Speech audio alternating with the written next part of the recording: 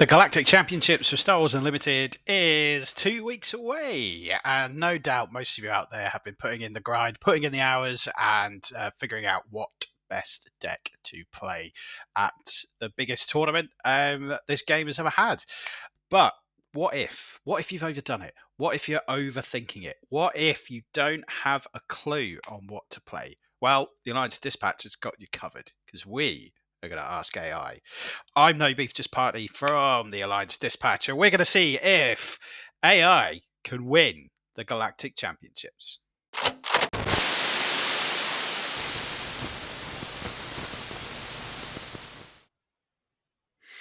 Okay, cool. So we've got ChatGPT loaded up. We've got the prompt locked in there. You don't want to see me typing away, so let's just get cracking. The Galactic Championships for the card game Star Wars Unlimited is in 2 weeks' time. I do not know what I want to play. There'll be 3 legal decks to choose from, which will follow certain styles of play, as well as being competitive and fun to play. You are one of the top tier Star Wars Unlimited players. You have won multiple PQs, and you are on top of the current meta and know it inside out. Deck building and big tournaments are your big speciality. Decks will need to be built using the current constructed Premier format rules, and no cards from the suspension list can be used. Cards from all sets: Spark of the Rebellion, Shadows of the Galaxy, Twilight of the Republic, Jump to Lightspeed, and Legends of the Force. Decks must have 1 leader and 1 base and be at least 50, unless the base says otherwise, cards with a sideboard of 10 cards. Explain your choices and the strengths and weaknesses of the deck so I can rip them off for my video. I will now list the 3 deck archetypes I would like you to build. Deck 1, off meta choice. Choose an off meta leader that you think could cause a surprise at the tournament. This leader must not be a leader that has been suggested as a contender. Deck 2, a mid-range or aggro deck, fast and direct wins. I don't want my games going to time. Or deck 3, a control deck. I don't mind that my opponents don't like me and won't be having fun. I just want to win. So we will hit the magic button and see what it comes up with.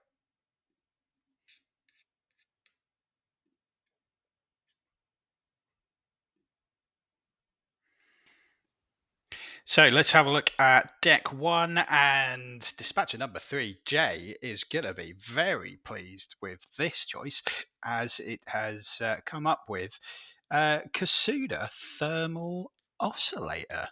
Nice.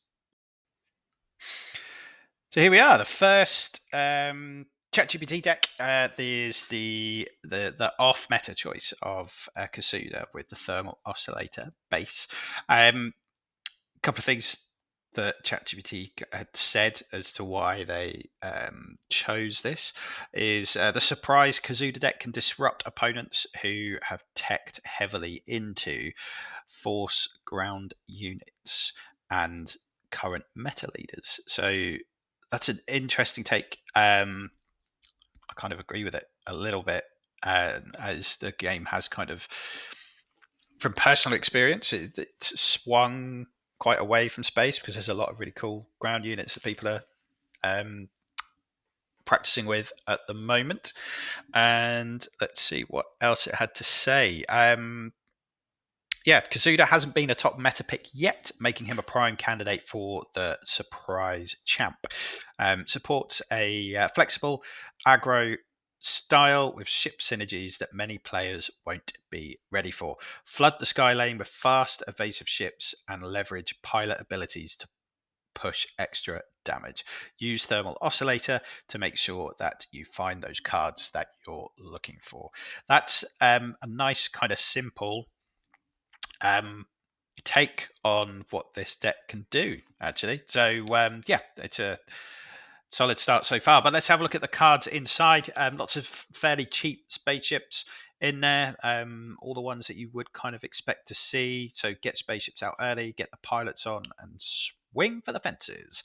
And again, the pilots that is chosen as well, Anakin, Biggs, and Han, complement Kaz quite well, I think. I don't know about Biggs, actually, because wouldn't Biggs lose his abilities? So you would have to swing with Biggs first and then swing with Kaz if you had them both out at the same time. So not totally sure there. 1 Bamboozle. Why not? I think maybe ChatGPT has the same kind of deck building strategies as me when I have just one space left, and I just think, oh, I'll just put that in. But Bamboozle is a strong card. Corrigan Turn was a really interesting one, I thought, looking at that. It's a card that you don't see much, but in a deck like this, it can definitely do a lot of damage if you leave a ship out there. So if you're not aware, Corrigan Turn is you can, if a ship is a fighter or a transport and its power is 6 or less, you can ready it. Even with Kaz in a ship, everything is eligible for a Corrigan Turn. So yeah, that's definitely something that can catch someone massively off guard. Kaz in his fireball, surprise strike, hit for 9, Corrigan Turn, trench run, GG probably, right? Like, that's tasty. Open fire if you need to clear the way because there's a Concord Dawn Protector, I guess. But you've got Han to deal with them too. 3 Hans is interesting. Yeah. But I guess he's an ambush unit too, which can deal with a few things if you've got a problematic thing on the other side of the board. The sideboard is just leaning into the archetype of the deck, I think. Breaking in, like, if you're up against a lot of Sentinel, you can swap surprise strike out for breaking in. Not too sure about For a Cause. There is a lot of non-hero cards on there, which could mean whiffing. Yeah, I'm not totally sure about that, ChatGPT. Outmaneuver, I guess if the game goes on, if round 1 goes on a little longer than you would have liked, having an outmaneuver or 2 in there just to maybe go, hey, you slow you slow down, buddy. And I remember with Space Bover, outmaneuver won me a few games. And that is a very strong card.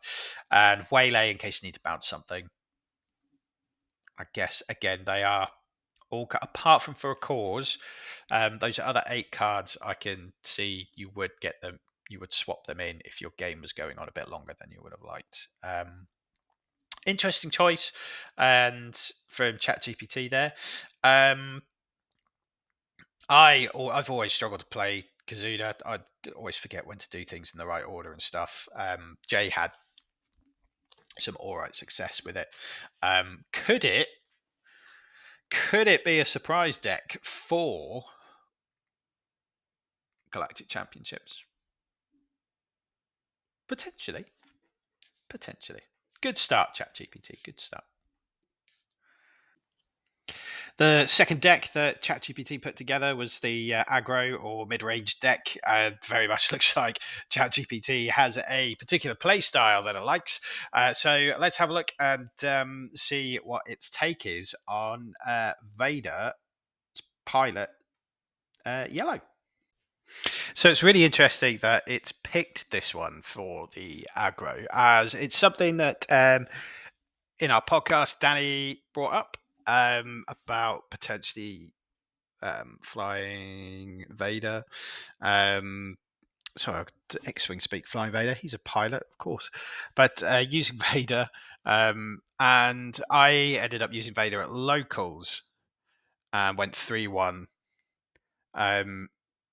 Interestingly, the 3 decks I beat were all new leaders, and I lost to Dooku because I just didn't have an answer for a big ass spaceship. But yeah, it's just interesting that it's picked this one out for the aggro. It is quick, like most games that are over by kind of like 6 resources once you've swung with Vader. But let's have a look and see what it had to say about the deck before we go on about what's inside the deck, so to speak. Yeah, it's kind of said the Vader aggro list aims to close games fast. Expect resource 6 to 8 wins. And then the top tier, aggressive commander with excellent sky presence, fast deployment, sleek removal, and can also tap down several ships. Ideal for fast wins. Deploy Vader as a pilot to buff your fleet, or catch your opponent off guard by playing him on the ground. Early sky aggro can be backed by Vader, swinging big with the clone trooper ship. Also, overwhelming barrage. We don't really need to speak about overwhelming barrage, do we? It's such a disgusting card, but is incredibly helpful in this. Strengths, constant board presence in the space lane, high burst potential, and a tried and tested deck already with a strong win rate. Its weaknesses: control decks with a big board sweep can stall you if they stabilize. Bad card draw or early removal. Deck is not very resilient if falls behind early. Both things that I do kind of agree on there, if I'm being honest. But let's have a look. Let's kind of break down the cards and see what they chose. It looks all fairly standard. There's a couple of new cards in there, all the kind of cheap flyers to help fill the board out there. Both pilots of Victor Squadron. I personally only play one. I'm not sure if most people do play two. But the two new ships in there are quite interesting. That the banking clan ship comes in hidden. Yeah, that could be quite good. And then the new Toblerone ship, that the legacy run. When defeated, deal 6 damage divided as you choose among enemy units. That's quite interesting. Like if you put Vader on that, that's an 8/8, and killing it has a real big downside as well. Particularly if you're like a Han 2 deck and you've probably brought things out early. Like, cool, take it, killing Vader, and then probably getting board wiped for the lols. It's an interesting take. I think there's lots of people who have flown this, and like all of this deck stuff, all of these cards and things in there, is tweaked a little bit for flavor and for taste. I personally have Cartel Spacer in there because I like having that extra tap down. I have Traitorous in there. I think Traitorous is probably quite a big call nowadays. So you can steal somebody's baby Wookiee Jedi with a lightsaber. Interesting sideboard. Geonosis Fighter has been relegated to the sideboard. I would imagine because of Legacy Run now being a thing. And the extra pilots that they've put in there. It's decided on that. Breaking in, I guess, because of Sentinel ships being a thing. Choose sides seems quite good for that late game. I personally quite like to swap a TIE fighter for somebody's mole. That's always quite funny. And I don't know, has it put this in for fluff? Has it put a fluffy sideboard choice in there with I Have You Now? I've never played it. I mean, you're playing lots of vehicles. So maybe if you've got a big Sentinel ship and Vader's the only one that can really clear it, you can get rid of it without losing Vader, maybe. I'm not totally sure about that card. I think there might be better ones that they can have in there. But this is fairly kind of standard. It's got that chassis that most people would be familiar with when it comes to this particular deck. And it's just put in a couple of new set cards in there. I think my version's a little bit better.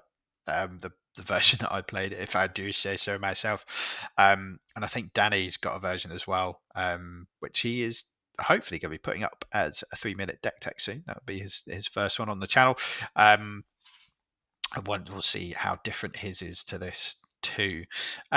But it's really interesting. We are 2 out of the 3 decks in, and both of the decks ChatGPT has chosen have been space decks. What do we think about that? So this is the last one, the hard control deck, the deck where you don't want to make any friends because playing control is awful. You're an awful human being if you play control. But this is what ChatGPT has come up with. Something probably a little bit more familiar and what we were probably expecting to see potentially. But yeah, let's have a little deep dive on it. So we're probably in a bit more kind of familiar territory. Qi'ra has been earmarked by a few people as potentially being the one to take it all down. What is going on with my hair? So let's have a look at the ChatGPT list for Qi'ra and see if they've chucked any spice in there. So it's reasons for picking Qi'ra for the hard control. Currently one of the top performing control builds in the past few sets with excellent card draw, removal, and late game dominance. Focused on winning via value and time. It's an interesting way of putting it. Stabilize early with removal, board clears, and control tech, and dominate late game through card advantage and superior units. And strengths: strong against mid range and aggro with wipes and denial. Late game inevitability. Superior units against most decks. It does feel like that against Qi'ra. If you're playing a mid-range or aggro deck, if you haven't killed them by what you deem as the breaking point of your deck, it does almost feel inevitable that you're going to lose if you haven't done it by a certain point. Something that I need to get better at is letting go of games against Qi'ra. Like if the game's lost, then you should probably scoop and put your sideboard in and crack on, But I'm quite bad at. No, I can do this. I can bring this back. It's just a little airborne. It's still good, and yeah, you end up losing or timing out and not being able to get a third game in. And it's also mentioned Data Vault having the extra HP to help buy time, as well as having that extra few cards. Weaknesses: the slow start can lose to explosive aggro decks. Sideboarding is very skill intensive. Bad matchups happen if unprepared. That's very interesting because Qi'ra is. I've tried to play it, and I know there's other people in our local area that have tried to play it. It is not I just pick this deck up and win. There is so many moving parts, and I think, like it is said there, the sideboard game can really make or break that deck. So yeah, that's quite interesting. And the another weakness, it's not flashy. It's not overly fun. Less fun for your opponents, but that's just kind of control, right? You need to have a certain attitude if you play control. Yeah, Qi'ra Data Vault represents your best shot at control dominance and is currently one of the strongest decks in the meta. Is what our friendly AI chatbot has suggested. So let's go through those. That deck. You've probably been having a look while I've been chatting away. There's some interesting stuff in there. Lots of staples. Like Qi'ra's been around for a while now, so Pershing, Inferno 4, Death Star DJ. No, it's not put resupply in, which I found odd. Personally, I would probably put resupply in instead of maybe vigilance and put vigilance in the sideboard. But lots of staples there, like cards you would expect to see. But it has 3 of the new cards in there. Qi'ra, which is disgusting. It's a disgusting card, and I hate it already. It's one of the reasons why I chose to play Vader on Thursday, because I didn't want to. I didn't want to have to deal with Qi'ra because I would be in space and I wouldn't care. But Qi'ra is a disgusting card, and if you can have Qi'ra out to protect the Vader flip, ooh, lordy, that's Qi'ra's done his job. Anakin and Vader, no room for OG Vader, but looking at this, there's not really much synergy with his ability to draw extra cards. So I can understand why they've not put that in there. 3 timely interventions so if you do want to ambush out Vader, you can when you're up to 7 resources. But the deck's quite grindy and slow, so you might not really want to timely out Vader. Maybe, I don't know. That is when he is at his strongest, but there's also a lot of synergy there for stuff to do with shields. You've got Mr. Pike in there, and you've got Krennic's ship, which can move shields around, which makes Vader really good, as well as having his normal ability. Anakin coming out, ambushing Anakin out is quite good as well, really, because he can bring the level of something down by 3 and not take much damage. But like, the really good intervention play is Reinforcement Walker, because you'll heal for 6. Like, that's pretty good. Then you got a big booty Walker on the table to deal with. Just one Maul is more like not Maul. Sorry, 2 Mauls. Just the one Snoke. Is Snoke as needed now, which is why there's probably only 1 in there. 3 super laser blasts. I mean, this does have all the trimmings of a really good Qi'ra deck. I'm not totally sure on there being no resupply, not even in the sideboard.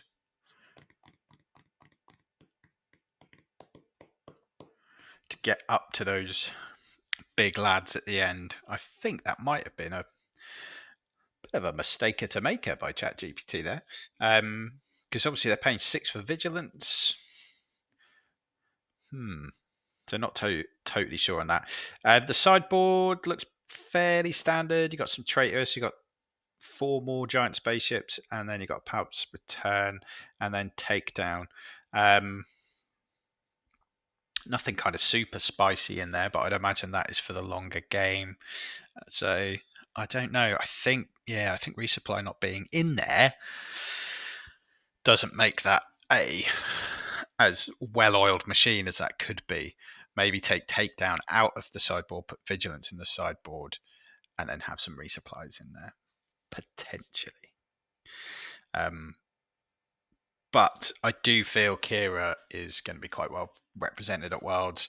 There is a very good Qi'ra player out there who I think is going to be one of the favourites to take the tournament home. They may decide to play Qi'ra. They may not, but don't be surprised if Wu does play Qi'ra and do really well with Qi'ra, because he is a very good player. But it's interesting. It's very interesting that they've chosen that. But yeah, the kind of standard removal, play big things, and have that inevitability of, oh, we're past the point where you should have won by now, I'm going to win, is very much how Qi'ra plays, really, isn't it? A strong deck, not very easy to pilot, but when you're having a good day with it, it is extremely efficient. So yeah, a fairly solid choice there from ChatGPT for the hard control deck. So I think kind of conclusion is rules as written. It's done exactly what I asked it to do. 3 really interesting decks, and that kind of fit the bill of something a bit off meta, something aggro, and something hard control. But is it a perfect way of trying to find a deck, or are there any holes in there that need to be addressed? I think there's a couple that we might need to mention. So, first up, where is Force Throw? It hasn't brought up any red at all, any aggression. So, no red hero, no red villain. Force Throw is supposed to be the whole thing that this tournament is kind of built around. Interestingly, looking at the 3 decks, Force Throw isn't a major problem for the first 2 decks, in my opinion, because there's a lot of low value units. The Vader deck in particular can get round Force Throw a little bit because you've just got so many spaceships, and the same kind of with Kaz as well. Everything's quite cheap. So it may have taken it into effect, but chances are it hasn't. So the way that ChatGPT works is that it will scrape the internet and it will try and find as much information based around the prompt that you have put. That means there are certain areas of the internet that it doesn't access. I'm pretty certain videos it can't access. So there's a lot of YouTube chat at the moment about Force Throw, and obviously things that are paywalls or membership only. So there's obviously you've got the KTOD Discord, which is a really great resource for tournament play. You've got everyone else's Patrons as well. I believe Woo has one. You've got the Enigma guys, Thork has one. So there's a lot of competitive chat going on behind the scenes that ChatGPT can't quite get its little mitts on. But in a kind of element of fairness, ChatGPT does now supply like the list of the places that it got all of its information from. So the Star Wars Unlimited.gg website, that let's have a look. SWU Metastats, the Star Wars Unlimited website itself. So that's interesting that if it did read that site and that blog, and the game designers have said, oh, we're not totally sure whether Force Throw is going to be a problem yet, ChatGPT may have thought that as well. I thought, well, they don't think Force Throw is a problem, so maybe I don't need to address it. Potentially. I think the Garbage Rollers guys looked at some of the stuff that they've said, and yeah, so it's quite interesting. Like the sources that it's used, a lot of it is written word on the website and not like YouTube videos or those Patreon and Discords and things like that, where a lot of conversation is happening at the moment. So potentially, because of what it's referencing, it may be just like walking blindly into a meta of Force Throw and Jedi. But saying that, those 3 decks can hang and they can cause problems for those particular decks when played well. Which brings me to the final point of, could these win it all? I think a well-piloted Qi'ra and a well-piloted Darth can definitely make the final day, I think. It's then down to the player. In a massive tournament like that, it's down to the person. Yeah, that's it's. I think you will see those 2 decks do particularly well. Will you see somebody win? Potentially, if Woo's playing Qi'ra, he could win with that. Yeah, it will be interesting to see if either of those 2 decks do kind of make the cut. Sorry, Jay, I don't see Kaz. Anyone pulling an upset out with Kaz with Thermal Oscillator? I I think like someone will do well. Like someone will do well in day two. Whether they'll make like the final cut, I'm not sure, but they will definitely. Someone could cause a few headaches with that. But I think, in all fairness, I do need to show you something that AI did do, because originally I wasn't going to use ChatGPT because I am a massive Google hipster, and I was going to use Gemini because I use Gemini for work and other personal projects and things. So I thought I'd use Gemini for this, and it was quite clear and apparent from the off that Gemini wasn't going to be up to scratch after it gave me the details of the first deck of the off-meta deck. So I will end this chat with a little thanks for watching. I hope you've enjoyed our little deep dive down the AI rabbit hole, and I will leave you with what Gemini came up with. And yeah, hopefully I'll be able to see you guys again soon. But yeah, stay spooky, and good luck at Galactics.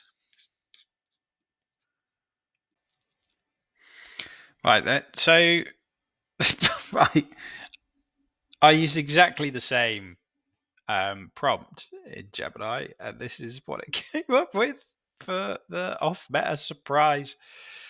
Chirpa's Ewok ambush. I think we're going to be all right, and AI is not going to take over for a while. So while the Galactic Giants clash, we'll be nibbling at their ankles and then taking them down with a swarm of unexpectedly ferocious Ewoks. Many have dismissed Chief Chirpa as a meme tier leader. Interesting. But in a meta focused on single high cost units, a wide board of resilient low cost threats can be devastatingly effective. This deck aims to go wide, buff your furry friends, and overwhelm your opponent before they can mount a defense. Now, I would play the shit out of an Ewok deck if it played like that. But yeah, apparently, Chief Chirpa, leader of the Ewoks, the Bright Tree Village units. 3 Ewok Scouts, 3 Ewok Warriors, 3 Bright Tree Avengers, 3 Wicket, 3 Logray, 3 Paplu, 3 Tebow, Ewok Spearmen, which is apparently a jump to light speed, Chirpa's Honor Guard, Whittle Warwick, Romba, and 3PO. It's just made this shit up. Events: 3 ambush, 3 rallying cry, 2 for the alliance. Is that even a Star Wars reference? Is that a Warcraft reference? 2 surprise strike, upgrades, Ewok village, staff of the Ewok elder, outmaneuver. So I'm assuming Bright Tree Village is yellow. Sabotage, repair. Got to fix those staffs, I guess. Oh, it's not only has it made it up, it's come up with a strategy as well. So this deck excels at creating a wide board state very quickly. Your early game is focused on deploying as many Ewoks as possible. Okay. The synergy between them is key. Logray provides card draw. Wicket can become a significant threat, and Paplo can disrupt your opponent's board.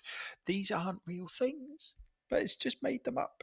The new additions from Jump to Light Speed and Legends of the Force provide much needed resilience and offensive power.